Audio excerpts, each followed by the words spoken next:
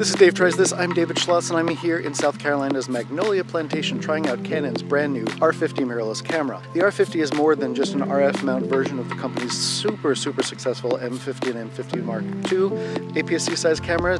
It's a new mirrorless with a great small form factor and some new features that Canon is stopping just short of calling computational photography. This is designed to be one of those entry-level cameras that somebody can pick up and then move from the smartphone right into the space of being an aspiring photographer. Is this the best all-around travel camera? Is this the camera that you should buy as your first interchangeable lens camera? Let's give it a try.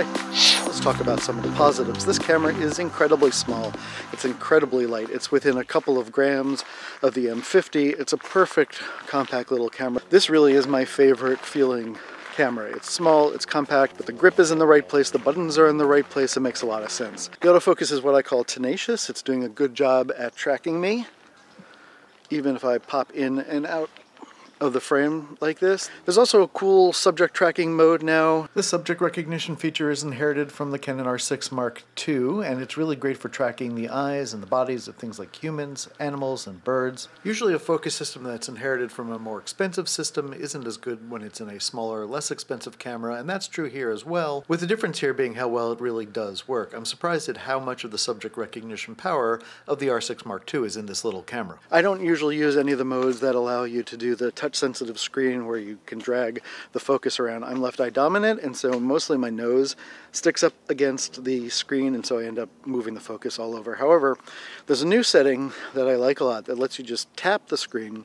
If you tap the screen, it will jump to the next subject in a row. So let's say you have multiple people, 2 people, 3 people standing next to each other. You put the focus point over the first person, it finds their eye, and you decide you want their other eye. You tap it once, and it'll jump from one eye to the other eye, and then you decide that you want to get the next person, and you tap again, and it jumps over to their eye, tap again to their eye, their other eye, tap it again, it goes to the next person. So it basically cycles through all the things it recognizes in a scene. I like that a lot. It's something that I'm hoping to see in other Canon cameras. As somebody who, again, cannot use the slide around to focus or pick the focus areas, at least being able to jump between people is actually pretty cool. The M50 and the M50 Mark II are really known as being great vlogging cameras, and even though vlogging isn't quite as popular as it used to be, vlogging cameras are really just a camera that you use to take selfie video, right? So here in the plantation, I'm walking around with this R50, and it's a great camera. There's just a couple of things that keep it from being a phenomenal camera. One of which you can probably see, which is that I'm too close. There are no lenses that are wide enough right now for this body. So I'm using the 18 to 45 millimeter kit lens. It's okay. You know, there's more of my head in this than I would like, so if I'm trying to get a little bit of the feeling of the trail behind me, it's a little bit difficult to do that, but it's not impossible. I'm holding it out, not even on a selfie stick. At a selfie stick, it would probably be like that, and that's a pretty good distance. The other thing that's a bit of an issue is something else you might be noticing, which is there's no image stabilization, and so as I'm walking, I'm moving up and down more than I'd like to. It's probably not bad in this particular shoot. In fact, it looks pretty good when I look at it on the screen, but let's say I start moving a little bit faster, and at a certain point we're going to start to get camera shake that would not be there if you had image stabilization in the camera. At this point in camera technology, I feel that every camera really should have some degree of image stabilization, especially if it's the kind of camera that you're purchasing to use when you're traveling. Or, of course, the image stabilization is a trade-off for the size of this camera, and if you ask me, would you rather have a small camera with no image stabilization or a bigger camera with image stabilization, a lot of the times I'm going to go for the smaller camera. This camera also has new creative modes, which Canon stopped just short of calling computational photography. I don't really know why they're afraid of calling something computational photography. Really anything that takes an image that you're capturing and uses the sensor and uses the operating system of the camera to make a better image is computational photography.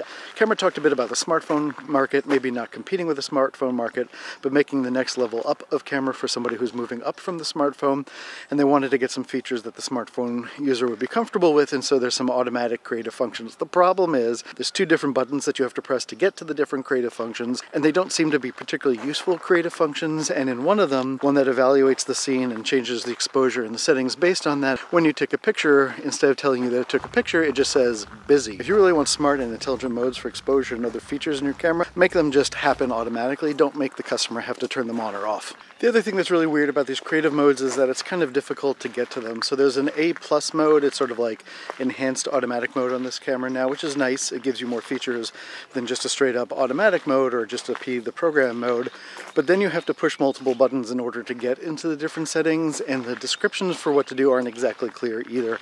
I think a lot of people are going to just avoid this. I think they'll put it in the A+ automatic mode and shoot it exactly as they would have in any other camera automatic mode. I don't see a lot of people delving into these other features. The feature is also kind of weird. There's things like a lime filter and a purple filter. I cannot remember the last time I photographed a scene and I thought, this could look a little bit more lime.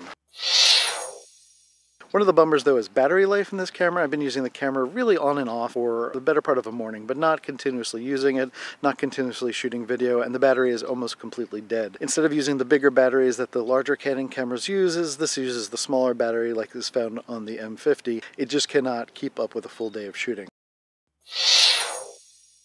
At this point though, I feel like I'm intentionally nitpicking. This is not a camera that's meant to do everything. It's not a camera that's meant to go all day long like the bigger cameras. It's a convenient, cute, small travel camera, and it's got more functionality than a point and shoot by far. It has more functionality than a smartphone camera does by far. So really, I'm trying very hard to find things that might be negatives about this, but none of them really take away from the value of this camera. The one big one that I have is image stabilization. I really wish that this had image stabilization, and I honestly might take a gimbal with me and use this on a gimbal, but then what's the point of having a teeny camera if you're going to use a gimbal in order to stabilize it? Again though, I'm nitpicking. This is a great looking camera. It looks like a teeny version of a bigger Canon camera, and it performs like a teeny version of a bigger Canon camera. Like if I'd taken an R6 Mark II and accidentally put it in the wash and the dryer and it came out and it had shrunk, it would shrink into this camera, the R50, but still have the capabilities that the bigger cameras do. So I'm really impressed with this camera. I think that this is going to be a massive success for Canon in the way that their M50 and M52s are massive success. I also think the M50 and the M52 are not long for this life. I think that the R50 is going to start to replace them in places like Costco and other locations where people are buying this type of camera.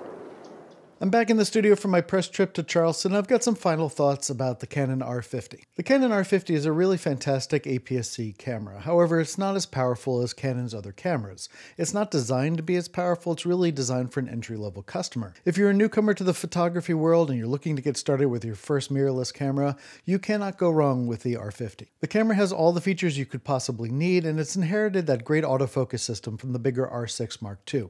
There are some drawbacks, as we talked about in the video. There is no image stabilization. There are not a lot of lenses available right now. Some of those lenses are image stabilized, and so if you get one of those lenses as part of your new package, you'll be good to go. The camera is definitely not as powerful as Canon's top-end APS-C cameras, and it's not designed to be. If you need a more professional APS-C camera, go for the Canon R7. However, even if you have a more professional camera, this camera might still be great for you. It's really small, it's lightweight, it's great to take with you anywhere you go.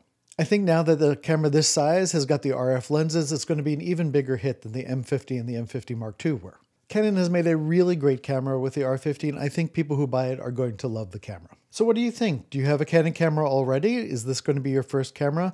Do you have an M50 or an M50 Mark II, or do you have something else in the Canon lineup? Let me know in the comments why you might use this camera or why you might skip this camera. Over here is a quick link to other reviews that I've done about photography gear. Over here you can subscribe to the channel, and down here you can get yourself some sweet, sweet merch. For Dave Tries This, I'm David Schloss. Thanks for watching, and thanks for giving this a try.